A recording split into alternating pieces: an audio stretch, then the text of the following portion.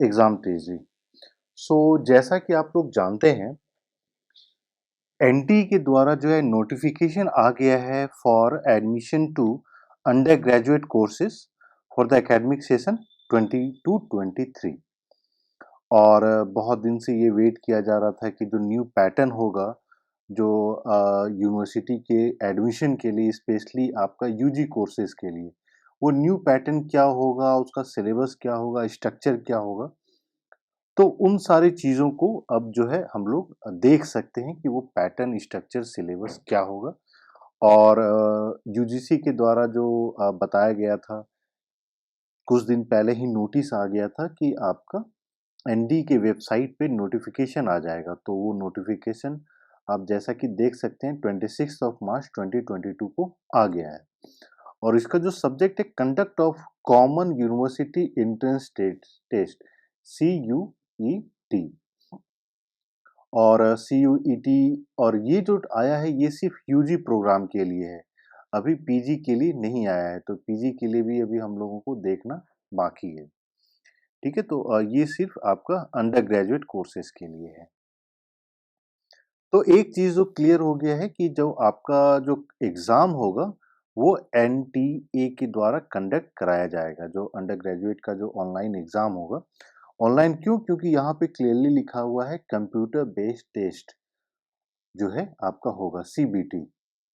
तो जैसे कि पहले एनटीए के द्वारा कंडक्ट कराया जाता था, अलग अलग सिटीज में इसका एग्जाम होगा। तो वो चीज क्लियर हो गया है। अभी तो लिस्ट ऑफ यूनिवर्सिटीज, कौन कौन सी यूनिवर्सिटीज इस एग्जाम में पार्टिसिपेट करेगी, उसका जो है अभी कोई लिस्ट नहीं आया है। तो यहाँ पे सिर्फ लिखा गया है डिजायर्ड सेंट्रल यूनिवर्सिटी। तो उसका जो लिस्ट है वो सेपरेटली रिलीज किया जाएगा, या तो एनटीए के द्वारा, या फिर आप बोल सकते हैं यूजीसी के द्वारा। लेकिन मैक्सिमम चांसेस हैं कि जब आपका एप्लीकेशन फॉर्म स्टार्ट हो जाएगा, तो एप्लीकेशन फॉर्म के साथ साथ ही आपको लिस्ट मिल जाएगा कि कौन कौन सी आपकी यूनिवर्सिटीज पार्टिसिपेट करेगी। और इसमें इस नोटिफिकेशन को देखिएगा तो यहाँ पे ये भी दे दिया गया है कि आपका जो एप्लीकेशन फॉर्म है वो यूजी कोर्सेज के लिए 2 अप्रैल से स्टार्ट हो जाएगा, जिसका कि लिंक है ऑफिशियल वेबसाइट CUET.samarth.ac.in पे अवेलेबल होगा। तो एक चीज आप लोग देख लीजिएगा कि ये जो एप्लीकेशन फॉर्म है ये एनटीए की वेबसाइट पे अवेलेबल नहीं होगा। ये जो होगा CUET.samarth.ac.in। तो इस वेबसाइट पे आपको जो है जाके एप्लीकेशन फॉर्म फिल करना है। अब देखिए, इस बार जो एप्लीकेशन फॉर्म फिल होगा इसमें थोड़ी सी सावधानी बरतनी पड़ेगी। तो जितने ऐसे स्टूडेंट हैं जो 2022 के लिए अप्लाई करना चाहते हैं, तो आप लोग हम लोग के साथ रजिस्टर भी कर सकते हैं, और हम लोग आपको बताएंगे कि किस तरीके से फॉर्म फिल करना है, किस तरीके से सब्जेक्ट चूज करना है। क्योंकि वहाँ पे अगर आप गलती करते हैं तो शायद एडमिशन में फिर दिक्कत हो जाएगी। तो आप लोग जो है प्रिपरेशन के साथ साथ, मान लीजिए काउंसलिंग के लिए भी हम लोगों को कॉल या मैसेज कर सकते हैं। और हम लोगों का जो नंबर है वो है 8448878849। तो इस नंबर पे आप लोग कॉल या मैसेज करके भी अपनी कुछ क्वेरीज जो है पूछ सकते हैं। तो आगे देखते हैं, दूसरा जो एग्जामिनेशन का स्ट्रक्चर है। तो एग्जामिनेशन के स्ट्रक्चर में ये दिया गया है कि जो CUET का जो यूजी का एग्जाम होगा वो 4 सेक्शंस में होगा। अब इस सेक्शंस को समझना बहुत जरूरी है, क्योंकि मैक्सिमम कंफ्यूजन जो है इसी सेक्शंस को लेकर आ रहे हैं। क्योंकि आप एक चीज़ याद रखिएगा, अलग अलग स्टूडेंट अलग अलग कोर्सेज के लिए अप्लाई करते हैं। कोई जो है मान लीजिए LLB के लिए अप्लाई करना चाहेगा, कोई इंग्लिश ऑनर्स के लिए अप्लाई करना चाह रहा है, कोई फॉरेन लैंग्वेज के लिए अप्लाई करेंगे, कोई मान लीजिए इकोनॉमिक्स या हिस्ट्री या पॉल साइंस, ज्योग्राफी, सोशोलॉजी, इन सारे सब्जेक्ट्स के लिए अप्लाई करना चाह रहे हैं, फिजिक्स, केमिस्ट्री। तो आपको कौन सा सब्जेक्ट में एग्जाम देना है या क्या क्या चीज़ पढ़ना है, इन सारी चीज़ों को लेकर जो कन्फ्यूजन थी, ये सारे कन्फ्यूजन को हम लोग इस जो अभी जो डिस्कशन चल रहा है उसमें हम लोग क्लियर करेंगे। तो जो अलग अलग सेक्शंस हैं, तो ये दोनों सेक्शंस आपके लैंग्वेजेस को लेकर हैं, जिसमें कि सेक्शन ए 13 लैंग्वेजेज हैं, सेक्शन बी 19 लैंग्वेजेज हैं। सेक्शन टू जो है वो 27 डोमेन स्पेसिफिक सब्जेक्ट हो जाता है, और सेक्शन थ्री जनरल टेस्ट। तो होता क्या है, अब देखिए क्या है कि जो सेक्शन 1A है ये आपके इंडियन लैंग्वेज के लिए है, इंडियन लैंग्वेज, ठीक है। जो सेक्शन 1B है ये आपका फॉरेन लैंग्वेज के लिए है, फॉरेन लैंग्वेज के लिए है। तो बेसिकली क्या होगा कि आपको टोटल 50 क्वेश्चंस पूछे जाएंगे, और उस 50 क्वेश्चन में आपको एटलीस्ट 40 क्वेश्चन जो है कंपलसरी होंगे। एट 40 आउट ऑफ 50 जो है आपको आंसर करने पड़ेंगे। अब इसमें जैसे क्वेश्चन टाइप पूछा गया है, तो यहाँ पे जो लेकर कंफ्यूजन है, क्योंकि यहाँ दिया गया है language to be tested through reading comprehension based on different type of passages, factual, literary, narrative, aptitude, vocabulary.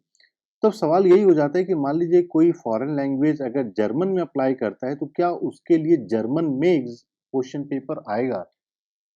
सवाल यही हो जाता है, क्योंकि अगर आप इस सेक्शन को देखिएगा जो क्वेश्चन टाइप पूछा गया है, तो वहाँ पे अगर आप मान लीजिए कोई स्पेनिश के लिए अप्लाई करना चाहता है, तो क्या क्वेश्चन पेपर जो पूछा जाएगा, क्योंकि यहाँ पे क्या दिया गया है कि उसी लैंग्वेज को टेस्ट करना है, ठीक है। ये सवाल बहुत बड़ी है, यहाँ पे बोला गया है कि language to be tested through reading comprehension. चलिए मान लीजिए इंग्लिश हिंदी समझ में आती है, लेकिन कोई स्टूडेंट ऐसे जिन्होंने मान लीजिए 11th-12th में कॉमर्स पढ़ा है या आर्ट्स पढ़ा है या फिजिक्स केमिस्ट्री पढ़ा है, और वो मान लीजिए जर्मन के लिए अप्लाई करना चाहते हैं, या उसके साथ साथ मान लीजिए किसी और लैंग्वेज के लिए अप्लाई करना चाहते हैं, तो फिर उसको किस तरीके से कवर अप किया जाएगा।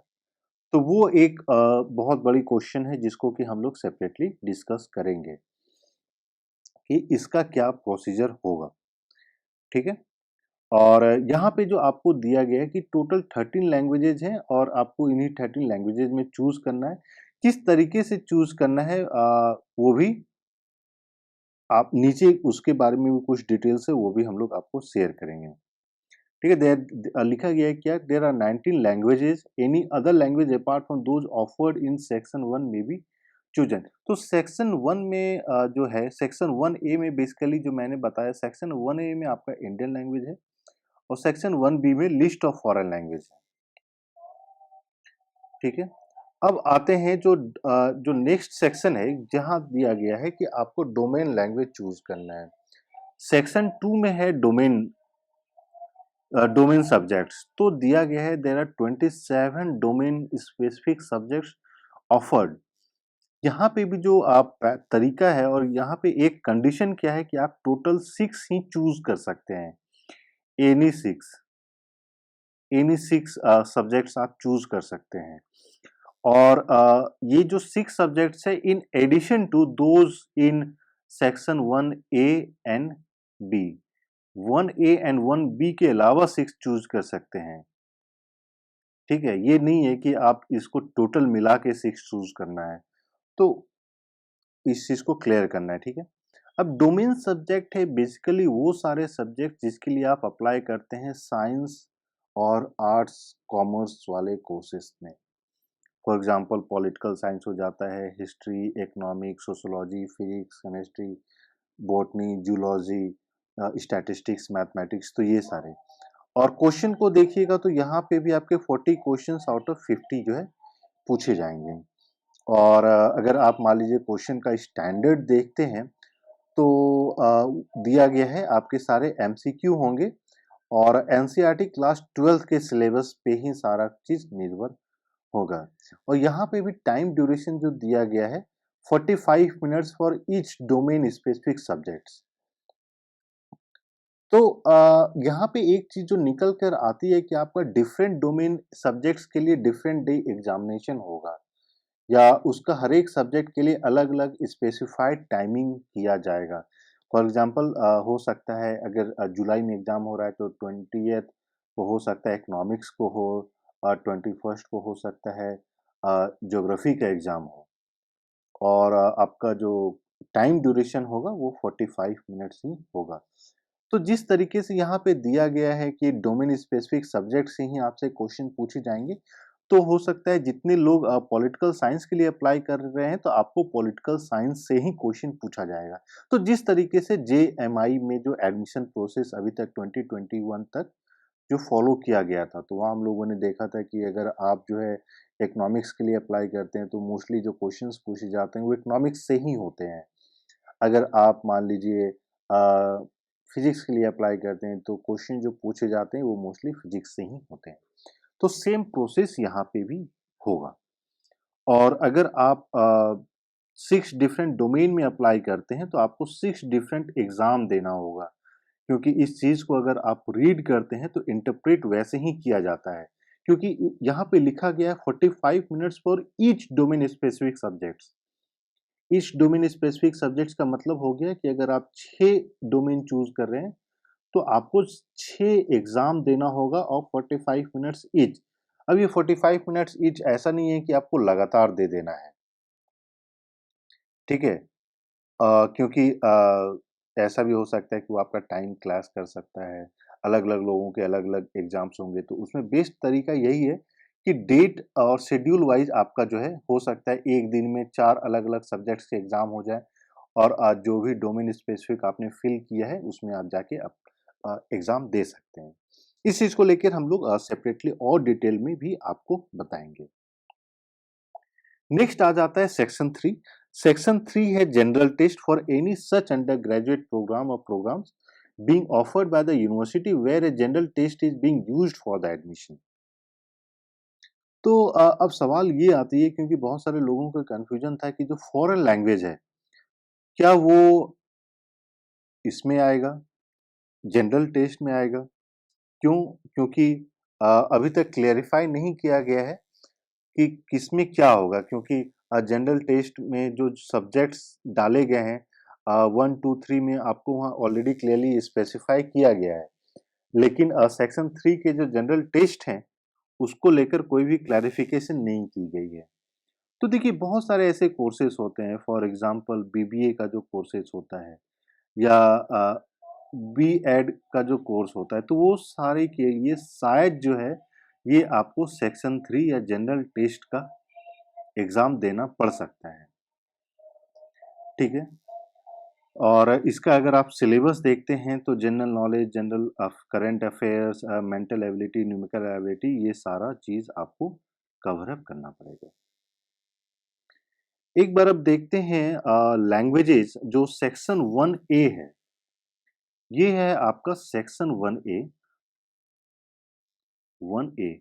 तो 1A में कौन-कौन से लैंग्वेजेज़ स्पेसिफाइड हैं? तमिल, तेलुगु, कन्नड़, मलयालम, मराठी। तो बेसिकली ये वो लैंग्वेजेज़ हैं जो आपके इंडियन लैंग्वेजेज़ हैं। तो इसका मतलब ये हो जाता है कि कोई स्टूडेंट ऐसा है जो मलयालम के लिए बीए मलयालम के लिए अप्लाई करना चाह रहा है या कोई स्टूडेंट ऐसा है जो बीए हिंदी के लिए अप्लाई करना चाहता है, तो वो इस 1A का उसको एग्ज़ाम देना होगा और उसके जो क्वेश्चन्स हैं, वो हिंदी में ही पूछे जाएँगे। दूसरा जो अब सबसे बड़ी कन्फ्यूजन है वो है लैंग्वेज जो 19 लैंग्वेजेज़ सेक्शन 1B में स्पेसिफाई किया गया है। तो यहाँ तो हम लोग मान के चलते हैं कि जो बीए कन्नड़ा के लिए अप्लाई करना चाहता है उसको कन्नड़ में क्वेश्चन पूछा जाएगा। लेकिन क्या जो पर्शियन के लिए अप्लाई करना चाहता है उसको पर्शियन में ही क्वेश्चन पूछे जाएँगे? कश्मीरी के लिए या मान लीजिए कोई जर्मन के लिए या स्पेनिश के लिए कोई अप्लाई करना चाहता है तो क्या क्वेश्चन पेपर स्पेनिश में पूछा जाएगा? या फिर स्पेन से रिलेटेड क्वेश्चन पूछा जाएगा?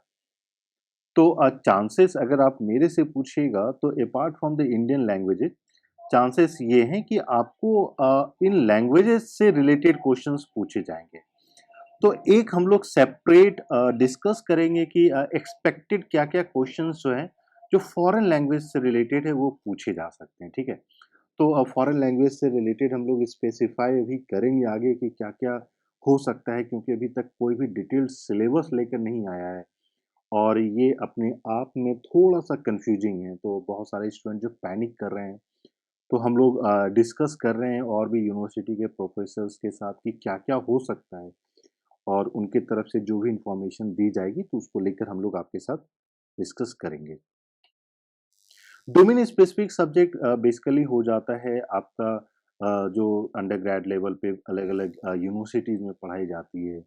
आर्ट्स में देखते हैं तो जैसे आपका history, geography, economics, political science, geology, science में आप देखिएगा तो मैथमेटिक्स, फिजिक्स, केमिस्ट्री, ये सारे, psychology, sociology, mass media communication, LLB, BCom, तो ये सारा जो है यहाँ पे आपको दिया गया है। अब इसी में देखना है कि कुछ-कुछ फॉर एग्जांपल यहाँ पे आपको बीकॉम दिया गया है कि नहीं दिया गया है। अगर बीकॉम नहीं दिया गया है तो फिर आपको बीकॉम जो है सेक्शन 3 में शायद वो कवर अप हो जाएगा। यहाँ पे ऑलरेडी लीगल स्टडीज़ स्पेसिफाई किया गया है। लेकिन अगर नहीं अगर लीगल स्टडीज़ में एलएलबी नहीं आता है तो वो सेक्शन 3 के थ्रू उसको एडमिशन दिया जाएगा। अब देखिए यहाँ पे जो चीज़ें दी गई है, जो कंडीशंस दिए गए हैं कि आप मैक्सिमम 3 लैंग्वेज चूज़ कर सकते हैं, ए प्लस बी दोनों मिला के। आप कोई भी 3 से ज़्यादा आप चूज़ नहीं कर सकते हैं। Section the third language needs to be in lieu of 6 domain specific subjects chosen by the candidate as applicable to the maximum test to be taken remains 9 only. So आपको यहाँ पे जो टोटल आप जो एग्ज़ाम दे सकते हैं, वो क्या है? अब यहाँ पे भी कंडीशन दिया गया है कि अगर आपको तीनों से देना है सेक्शन 1, 2 अगर तीनों से आपको एग्जाम देना है तो उस केस में क्या है कि आपको टोटल जो एग्जाम दे सकते हैं वो 9 ही है। टोटल एग्जाम आप 9 ही दे सकते हैं और लेकिन आपके पास ऑप्शन है कि अगर आप मान लीजिए सेक्शन 3 से नहीं देना चाह रहे हैं तो उस केस में आप सेक्शन 1 से आप जो है 3 लैंग्वेजेज चूज कर सकते हैं। लेकिन अगर आप जनरल टेस्ट भी देना चाह रहे हैं तो उसके लिए फिर या तो आप लैंग्वेज से एक कम कीजिए या डोमेन स्पेसिफिक से एक कम कीजिए, ठीक है? और अगर आप नहीं देना चाह रहे हैं जनरल टेस्ट तो फिर आप जो है 3 चूज कर सकते हैं 1 से और 6 चूज कर सकते हैं डोमेन स्पेसिफिक से। और डोमेन स्पेसिफिक आप मैक्सिमम 6 सब्जेक्ट ही चूज कर सकते हैं और जनरल टेस्ट है। तो हम लोगों ने ये भी प्लान किया है कि सेपरेटली इसके बारे में आप लोगों को और डिटेल में डिस्कस करेंगे, बताएंगे कि कैसे-कैसे आप सब्जेक्ट चूज कर सकते हैं। जो स्टैंडर्ड रिक्वायरमेंट है, जो एलिजिबिलिटी क्राइटेरिया है, वो अलग-अलग यूनिवर्सिटीज़ के लिए अलग-अलग होती है। फॉर एग्ज़ाम्पल मान लीजिए जेएनयू का बीए फॉरेन लैंग्वेज है, तो हो सकता है कि वो 45% मार्क्स पे ही एडमिशन दे दे। लेकिन बहुत सारी यूनिवर्सिटीज़ हो सकता है दिल्ली यूनिवर्सिटी के किसी कॉलेज में हो कि नहीं मुझे 60% मिनिमम मार्क्स चाहिए। तो वो जो है आपको हर एक यूनिवर्सिटी या कॉलेज वाइज़ देखना पड़ेगा। ठीक है? अब यहाँ पे एक चीज़ जो दिया गया है कि test pattern syllabus registration. Registration start हो जाएगा आपका 2 अप्रैल से। Syllabus 1 में language to be tested through reading comprehension based on different type of passage factual literary, ठीक है? और मीडियम 13 लैंग्वेजेस। तो सिर्फ अब देखिए यहाँ से एक चीज क्लियर हो जाता है कि जो मीडियम ऑफ एग्जामिनेशन होगा वो 13 डिफरेंट लैंग्वेजेस में होगा। तमिल, तेलुगु, कन्नड़, मलयालम, गुजराती। यहाँ पे अगेन अगर आप मेरे से पूछिएगा तो थोड़ी सी कंफ्यूजन है कि क्या सारे question paper in 13 different languages में होंगी, क्योंकि यहाँ पे मीडियम ऑफ क्वेश्चन पेपर दिया गया है 13 लैंग्वेजेस। तो हो सकता है शायद जो आपके सेक्शन 1 वाले जो पेपर्स हैं, जो सेक्शन 1 वाले जो पेपर्स हैं वो उन सारे लैंग्वेजेस में ना हो, वो उनकी स्पेसिफिक लैंग्वेज में ही हो। लेकिन जो दूसरे सब्जेक्ट्स, जो दूसरे डोमेन स्पेसिफिक है, हो सकता है वो 13 डिफरेंट लैंग्वेजेस में हो। फॉर एग्जांपल इकोनॉमिक्स के क्वेश्चन जो है 13 डिफरेंट लैंग्वेजेस में पूछी जा सकती है। और जहाँ तक फॉरेन लैंग्वेज की बात है तो मैक्सिमम चांस है कि फॉरेन लैंग्वेजेस के जो क्वेश्चंस होंगे वो आपके इंग्लिश में ही आएंगे। तो वहाँ पे कोई कंफ्यूजन नहीं होनी चाहिए, ठीक है? और बाकी इसके अलावा फिर हम लोग सेपरेटली आप लोगों को जो अभी तक हम लोगों ने डिस्कस किया है इसको और लेकर आपके साथ डिस्कस करेंगे। जो choice of language and subjects है तो यहाँ पे दिया गया है generally the language subject chosen should be one of that student has opted in his latest class 12th board examination. मतलब जो आपने 12th में पढ़ा है, ठीक। However if university permits any flexibility in this regard the same can be exercised. मतलब इसका मतलब ये हो जाता है कि अगर मान लीजिए बहुत जगह ऐसा होता है कि आपने जो 12th में जो सब्जेक्ट्स पढ़ा है आपने उसी सब्जेक्ट में आप फर्दर पढ़ सकते हैं। लेकिन इंडिया में क्या होता है कि आप साइंस अगर 12th में पढ़े हैं तो आप आर्ट्स और कॉमर्स में जा सकते हैं। लेकिन अगर आपने आर्ट्स एंड कॉमर्स पढ़ा है तो आप साइंस में नहीं जा सकते। तो ये चीज़ें होती है। तो जितने साइंस वाले स्टूडेंट हैं वो आर्ट्स एंड कॉमर्स में जा सकते हैं, वो फॉरेन लैंग्वेज पढ़ सकते हैं। ठीक है? If subjects to be studied in the engineering net available in the list of the candidate may choose subject close to his choice. For example, biochemistry. तो बहुत सारे अगर ऐसे सब्जेक्ट्स हैं जहाँ पे अंडरग्रेड जो 27 डोमेन स्पेसिफिक सब्जेक्ट्स है वहाँ पे अगर क्लियरली नहीं दिया गया है तो जो रिलेटेड सब्जेक्ट होता है, फॉर एग्जांपल बिजनेस इकोनॉमिक्स है या फाइनेंशियल इकोनॉमिक्स है या हो सकता है एक्चुअल इकोनॉमिक्स है, तो उसके लिए फिर आप इकोनॉमिक्स दे सकते हैं। और ये जो है ऑफिशियल वेबसाइट डिक्लेयर किया गया है फॉर ऑल दीज थिंग्स। ठीक है, तो उस चीज़ को थोड़ा सा हम लोग देख लेंगे। ये जो ऑफिशियल वेबसाइट है और क्वेरी अगर आप करना चाहें तो आप पूछ सकते हैं, शायद ही क्वेरी का जवाब दिया जाएगा। लेकिन आप लोग हम लोगों को कॉल या मैसेज कर सकते हैं, हम लोग कोशिश करेंगे कि आपके सारे क्वेश्चंस को क्लैरिफाई करें और फिर आंसर करेंगे।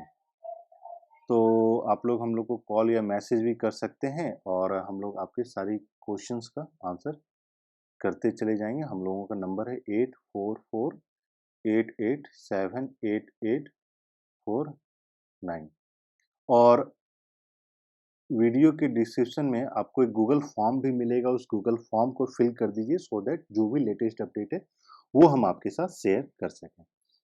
So thank you and all the best. और अगर अभी तक आपने चैनल को सब्सक्राइब नहीं किया है तो चैनल को भी सब्सक्राइब कर लें और वीडियो को भी लाइक कर लें। So thank you and all the best.